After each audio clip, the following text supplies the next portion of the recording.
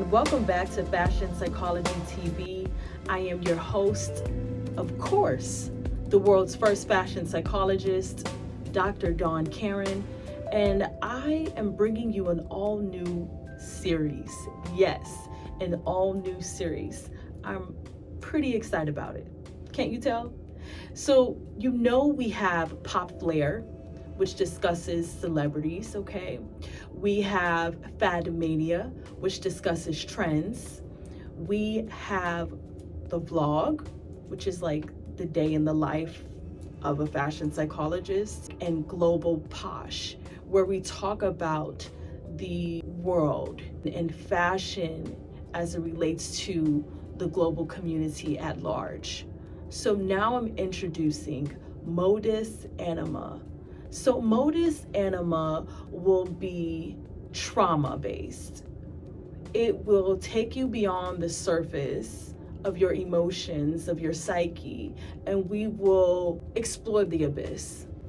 I am your host, Dr. Dawnn Karen, the world's first fashion psychologist, and on today's episode of Modus Amina, we will be discussing sexual assault. Yes, the fashion psychology behind sexual assault. All right, let us begin.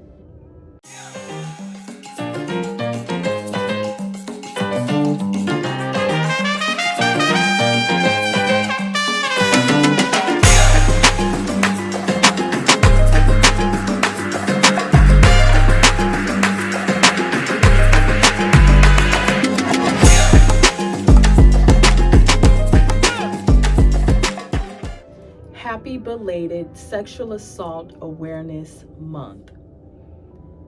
As many of you may know, I experienced a sexual assault while studying as a graduate student, okay? Many of you have read my book, Dress Your Best Life, and in my style story, I actually go into detail about what happened on that horrific night.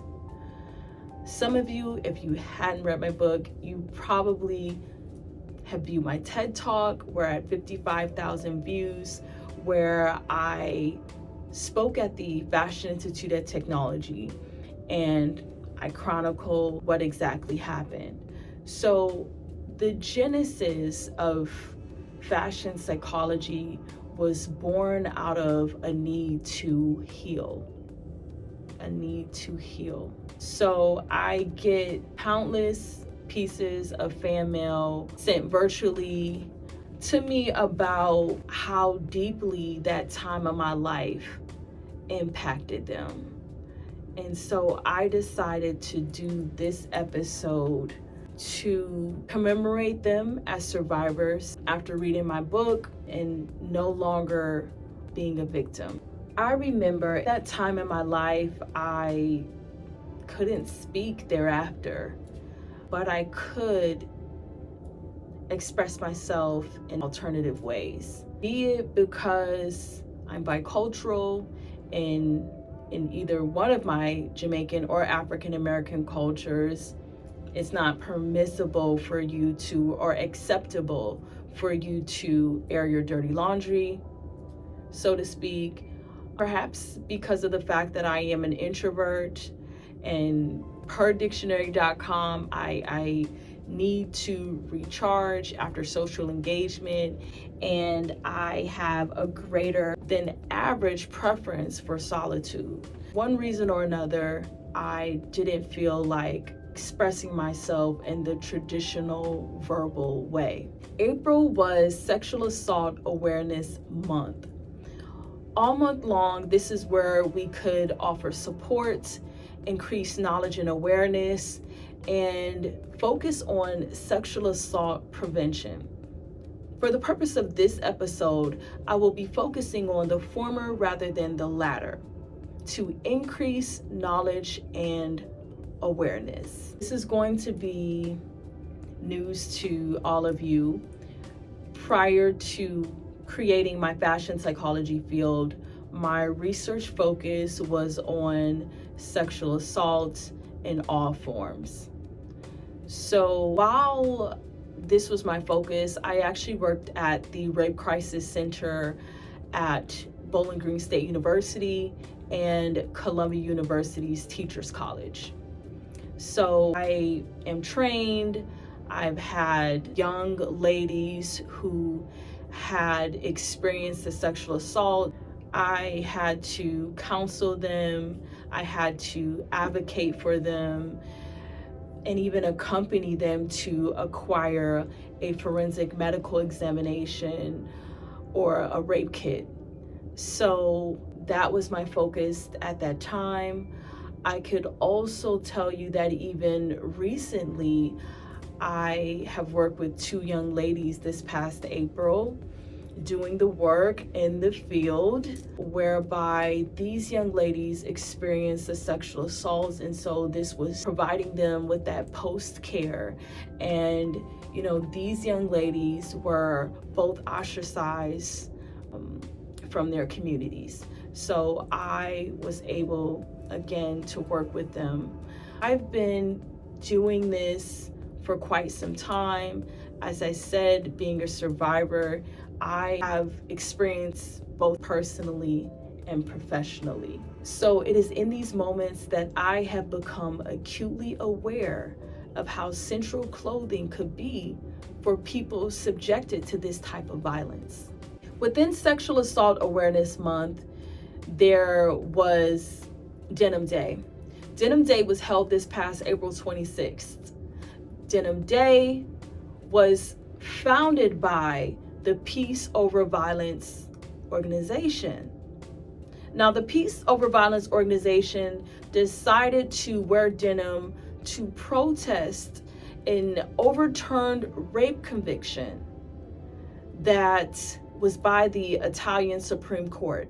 Now, I know all too well that the main objective of the opposition is to discredit the victim. It was proposed in the courts that the victim's jeans were so tight that they themselves must have aided in their removal, hence declaring the rape as consensual. I am wearing denim in solidarity.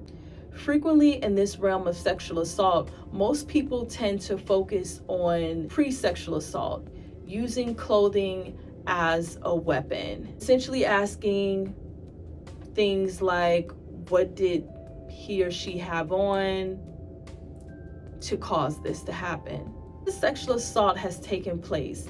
Instead of the clothing being viewed as a form of enticement/bait, post-sexual assault, it is viewed as discovery. In other words, after the forensic medical examination, aka the rape kit, you now have evidence. So pre and post sexual assault, you can see that clothing is solely used as a tool for 2 things: enticement and evidence. If we were to take a fashion psychological approach/perspective, as suggested by my book, it would be more on exemplification and amelioration. This is where my 2 infamous theories come into play: mood illustration dress and mood enhancement dress, or their alliteratives, serotonin dressing and dopamine dress. So if you're a frequent viewer or student of mine, you know that I use the same 2 terms applied to different life occurrences. I think it's hugely important to do this, to see in various forms how you could not just focus on theory, but that application aspect as well. What is also important is the ability to be keenly aware of self and not others. Sadly enough, us victims and survivors, we tend to be outwardly focused while inwardly blaming ourselves. As your fashion psychologist, I want to put forth to you that it's important to know what consent looks like and feels like. And it's vital for you to know that it was never your fault, no matter your age, no matter your gender, no matter your sexual orientation. And I say that because, trust me, It's not just happening to heterosexual women. Believe that.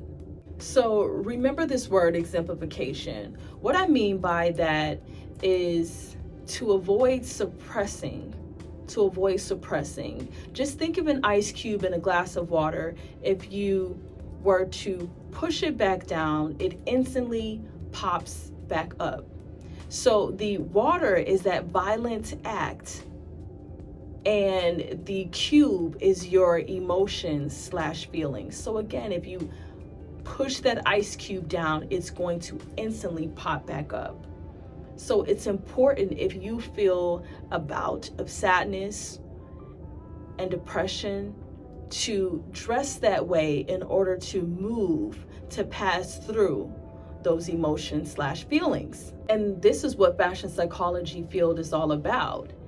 It's about creating an alignment between the internal and the external. Now back to this word amelioration. In this context, it means to activate impressing. So this usually occurs when the victim / survivor is tired of giving their power away, or outsourcing it, if you will. Or simply when the survivor / victim has been inspired by a role model that encourages them to dress their best life, pun intended. So if we utilize the example of sadness and depression, if you no longer want to feel that sadness and depression, you want to instead feel happiness and optimism, you can then dress accordingly. It could be wearing a particular print or a particular color. Let's just say leopard print and lime green. All right, so it is also here in this instance that you too are creating alignment between the internal and the external, ultimately bringing forth and causing you to rediscover a level of authenticity and confidence, which we so often crave again. I have written you a prescription that you yourself could use, or you could purchase for your loved one, for this particular ailment. And you can purchase it at fashionpsychologysuccess.com. Please note that I must say it's for entertainment purposes only. Now, if you made it this far, you know I am leaving you with Fashion Psychology TV optics to shed light in the midst of darkness. As you know, dawn means illumination, but you may have not known that Karen means clarification somewhere in the ethers. And we will be ending by opening our book of fairy tales again and landing our page to read about 2 castles in New York City, where you will see villains or behemoths, remember that word, per dictionary.com.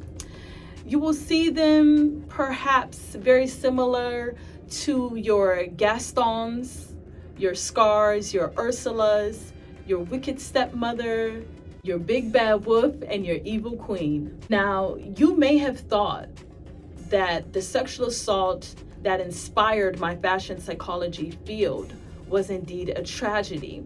But wait until you see the forces that were at work to stymie its growth. Admittedly, although my fashion psychology field was born as a product of rape, this doesn't mean that it shouldn't have a fairy tale ending. Remember, here at Fashion Psychology TV, we seek to dispel any optical illusions. And with that being said, good morning, good afternoon, good evening from wherever you're watching me in your part of the world. Until next time, bye.